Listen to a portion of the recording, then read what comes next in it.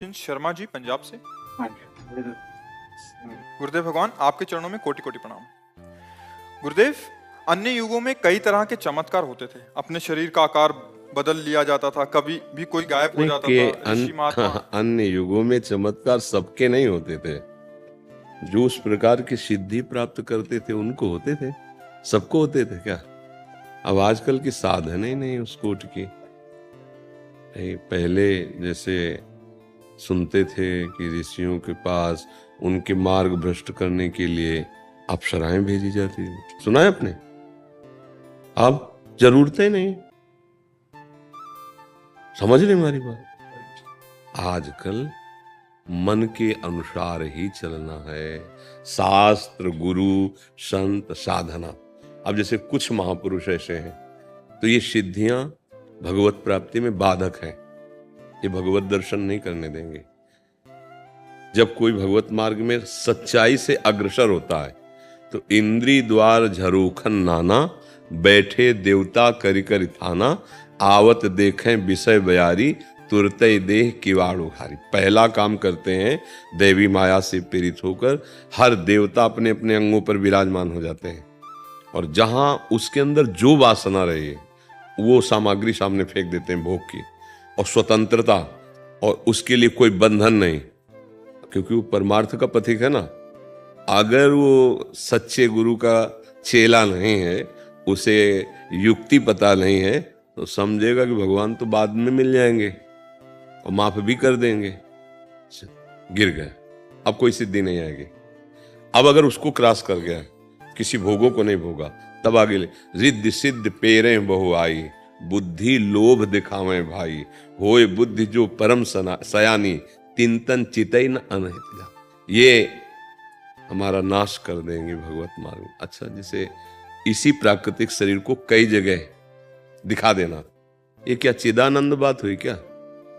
ये तो जादूगर भी दिखा सकता है, काट के नहीं दिखा देता। कई कितने जादू ऐसे आश्चर्य में। ये कोई जादू, ये सिद्धियां जैसे एक पर्वत में प्रवेश कर गया, एक ही समय में कई जगह वो बैठा हुआ है, दिखाई देगा सिद्धियां हैं, लेकिन वो सत्य वस्तु की जो परम बोध प्राप्ति है वो रुक गई। होय बुद्धि जो परम सयानी, तिंतन चितई ना नहीं जानी।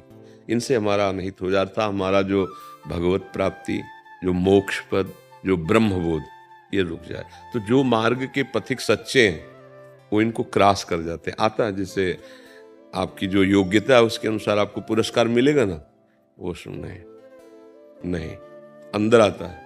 नहीं, हमारा लक्ष्य प्रभु की प्राप्ति है, सब उसको ज्ञान है। एक सेकंड में आपका एक्सरा करके बता सकता है, ऐसी सब ज्ञान, प्रयोग नहीं। ऐसा थोड़ी क्या है नहीं।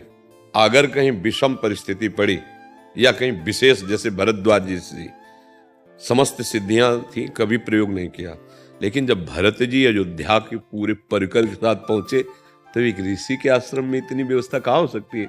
2-4 जन आवे कन्नु, फिर उन्होंने कहा कि अतिथि तो बहुत बड़े आए हैं भरत जी महाराज, और पूरी अयोध्या भगवान राम के प्रेम में। तो फिर कहा आज तक तो तुम्हें स्वीकार नहीं किया, आज तुम सफल हो, जाओ समस्त अयोध्या वासियों और भरत जी के लिए ऐसी व्यवस्था करो, देवराज इंद्र के पास भी जो वैभव ना हो। ऐसा किया, वर्णन आता है। लेकिन भरत जी और भरद्वाज जी दोनों असंग रहे। ना भरत जी ने किसी सिद्धि के सुख को स्वीकार किया और ना भरद्वाज जी ने। अयोध्या वासियों की ये दशा थी। अब चूंकि महामहिम सिद्धियां है, ये दशा थी कि कभी इधर ललचा जाता मन, तो कभी भगवान के वियोग में हाराम करके रोने लगते थे। लेकिन भरत जी और भरद्वाज जी, तो ये जो जैसे बहुत सी सिद्धियां होती छोटी मोटी, ऐसे भगवत प्राप्ति बड़ा लक्ष्य। जो भूमा सुख का अधिकारी बनना चाहता है वो अल्प सुख का त्यागी होता है। ये सिद्धियां भी तो अल्प सुख प्रदान करने वाली है। जो आगे बढ़ता है तो फिर अणिमा, महिमा, गरिमा, लघिमा, ये सिद्धियां भगवत प्रदत्त होती हैं। ना चाहते हुए भी उसका वैभव, उसका तेज, उसका यश, उसका प्रकाश, वो चाह नहीं रहा, वो अपने आप होता है, अपने आप हो रहा है। जैसे पुष्प में सुगंध आ जाती है तो भौरे अपने आप आ जाते हैं, वहां कोई चिट्ठी या कार्ड थोड़ी भेजा जाता है। वो भागवतिक होता है, उसकी स्वेच्छा नहीं होती है। अगर स्वेच्छा से सिद्धियों को स्वीकार कर ले तो उसका भगवत मार्ग रुक जाएगा। आप समझ पा रहे? और कुछ प्रश्न? भव सागर से मतलब पार पाने का यही उपाय है, राधा नाम जपना। भव सागर से एकमात्र भगवद आश्रय लेकर कल यही चर्चा की थी कि प्रायः जैसे लोगों का भाव होता है कि हम किसी चमत्कारिक के पास जाएं और वो हमारा तत्कालिक दुख है। जैसे आप किसी समस्या में हर व्यक्ति कोई ना कोई समस्या रहती है कि उस समस्या से मुक्त हो जाए, तो हम कहते हैं कि ये सब कुछ नहीं है, जैसे हम कहते हैं ना, तो उसका हमारा भाव नहीं समझ पाते लोग। भैया हमारा मकसद ये है कि तुम एक टहनी छोटी सी काट दी, मान लो बहुत समर्थ हो, पर वो अभी 4 वहीं से और किनके निकलेंगे और पूरा वृक्ष है। हमारे दुखों की निवृत्ति हो गई क्या? दुखों की निवृत्ति के लिए हमें पूरा वृक्ष उखाड़ना पड़ेगा जड़ से। भव रोग की अचूक औषधि मामे वे प्रपद्यन्ते माया में ताम तरंतिते। नाम लेत भव सिंधु सुखाही करो विचार सुजन मन माही। अय सुजन, मन में विचार करो, भगवान नाम लेते लेते सारे पाप नष्ट हो गए और भव समुद्र सूख गया, आवागमन से मुक्त हो गए निरंतर नाम जपने से। अब इस बात को ना समझने के कारण, जैसे एक ज्योतिषाचार्य जी आए थे, क्योंकि जैसे हम प्राय कह देते हैं भाई हाथ की रेखा अगर तुम देख रहे हो तो तुम अपनी देख लो और इतने महान बन जाओ कि इन रेखाओं को बदल दो। बदल सकते हो आप, क्योंकि मनुष्य जन्म मिला है।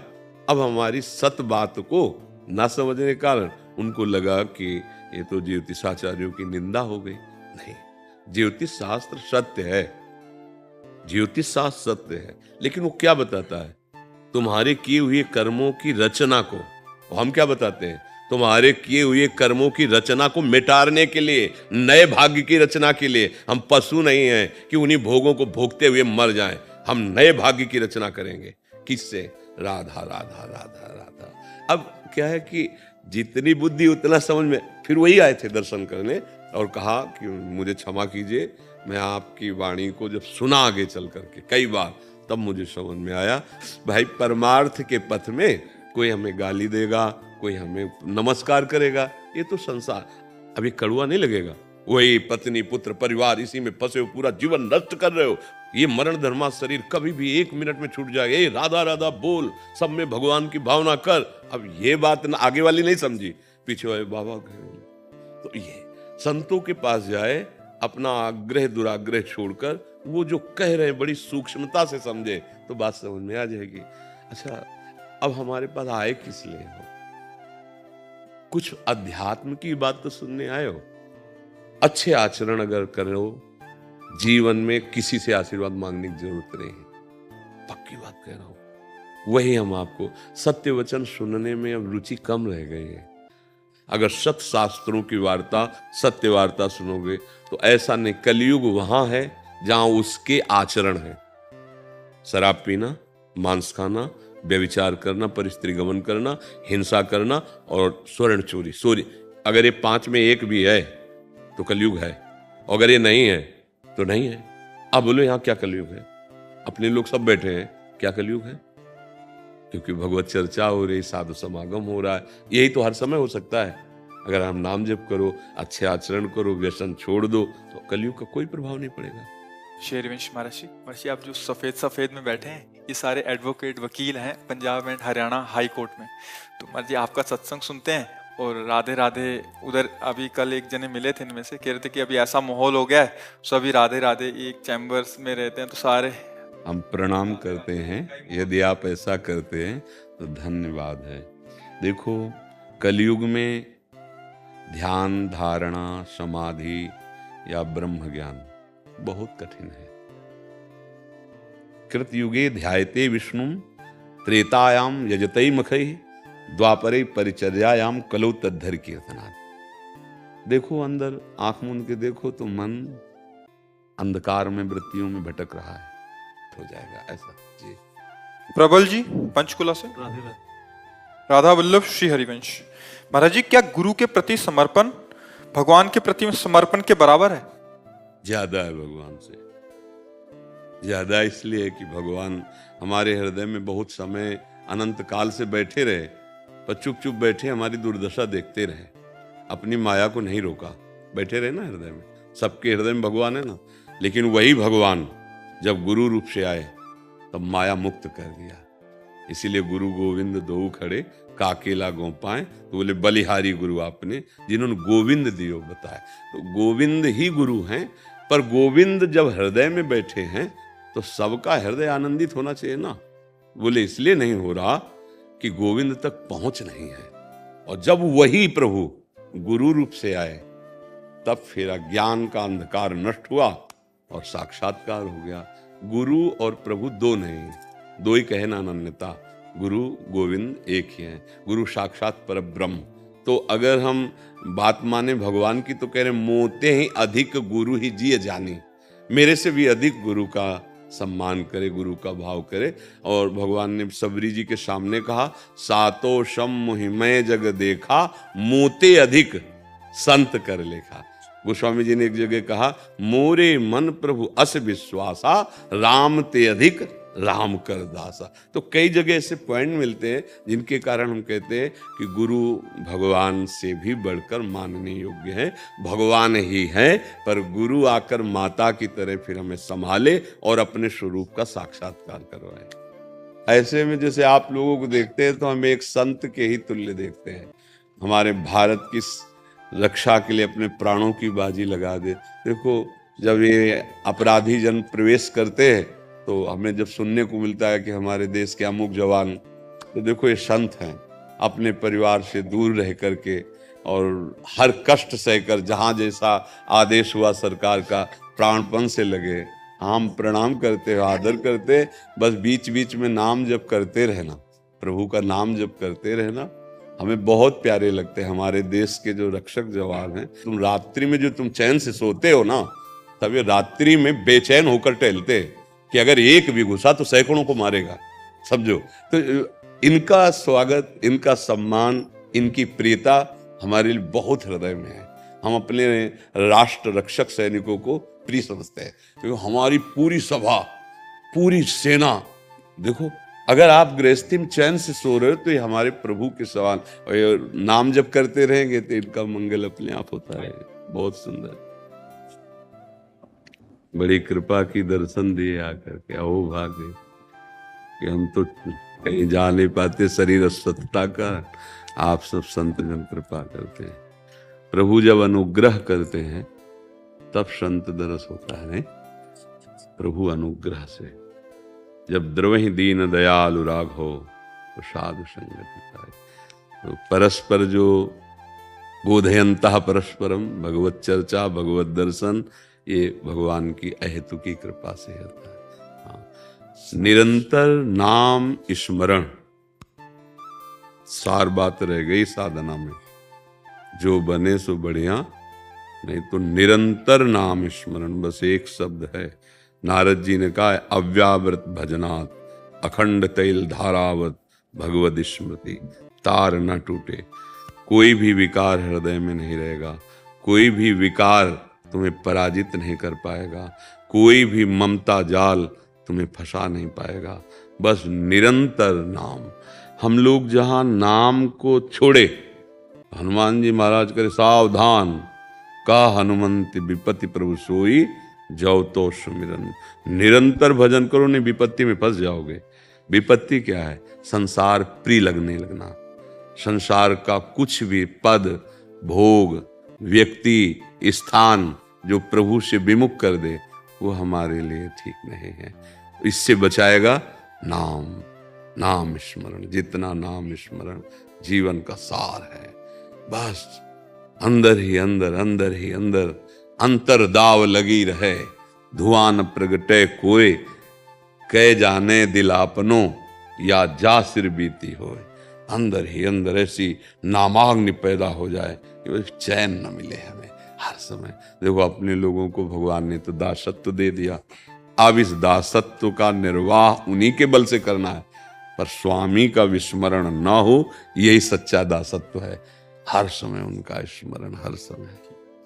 बाबा हम आपकी शरण में है, आपका शरण दीजिए प्रभु। राधा राधा। 6 महीने से तड़प गए बाबा, चेन्नई से आए, तड़प गए, कब दर्शन होंगे? आप बार बार कह रहे किडनी फेल। मैंने कहा अगर नहीं दर्शन हुए तो मेरी जिंदगी फेल। बहुत। और आप इतने प्यारे लगते हैं, पता नहीं क्या है प्रभु, क्या कारण है पता नहीं प्रभु। पागल हो जाएंगे हम तो प्रभु, आपके दीवाने हो गए प्रभु। मैं दिल से कह रहा हूँ प्रभु, आप तो दिल की जानते हैं प्रभु, मैं पागल हो जाए, इतने दीवाने, और मेरे पीछे मेरे घर वाले भी दीवाने हो गए प्रभु। आपके आप मेरे घर वाले आपके दीवाने हो गए प्रभु। देखो, मेरे घर में आपकी छवि लगी, सब दिन आपको देखते देखो रहते हैं। इसका रहस्य ये है कि हमारी जो लाडली जो है ना बहुत प्यारी है, और उनके हम चरण दासता में हैं, तो जिसके पास रह जाता है उसका प्रभाव पड़ता है ना, तो ये प्रभु का प्रभाव है, और आपके हृदय में भी प्रभु हैं, तो वही आकर्षण है। आप हमें अभी देख रहे हो, हम आपको अभी देख रहे हैं, पर ऐसा लगता है बहुत पहले से परिचय है, तो क्योंकि हम दोनों के अंदर प्रभु बैठा हुआ है, नहीं बैठा है। ये तो बहुत सौभाग्य है कि आपका प्यार किसी संत के प्रति है, नहीं ना? नहीं, राधा राधा। प्रेम को कैसे समेटें, ये तो फैलता ही जा रहा है। अभी प्रेम तो जाना ही नहीं ना, इसीलिए प्रेम ठीक ठिकाने पे लगा नहीं, इसीलिए फैलता चला जा रहा है। नहीं तो अगर प्रेम को जान जाओ जिसे प्रेम कहते हैं, और प्रेमी को जान जाओ जिसका प्रियतम से संबंध होता है, तो कोई ऐसी जगह नहीं जहां प्रीतम ना हो। पत्नी में भी वही है, पुत्री में भी वही, पुत्र में भी वही, सारे जगत में वही है, समिट गया प्रेम।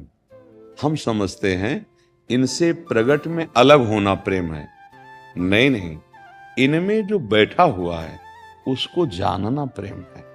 आप में मेरा प्रीतम बैठा हुआ है, आप इसी भाव से किसी से भी, अगर आप शरीर को प्रीतम मानेंगे तो दुख मिलेगा, बहुत पछताओगे, क्योंकि स्थायी है नहीं ना। शरीर में जो बैठा हुआ है वो प्रीतम है, और उसी से प्यार वास्तविक हम करते हैं, पर हम प्रगट में नहीं उसको मानते ना जानते।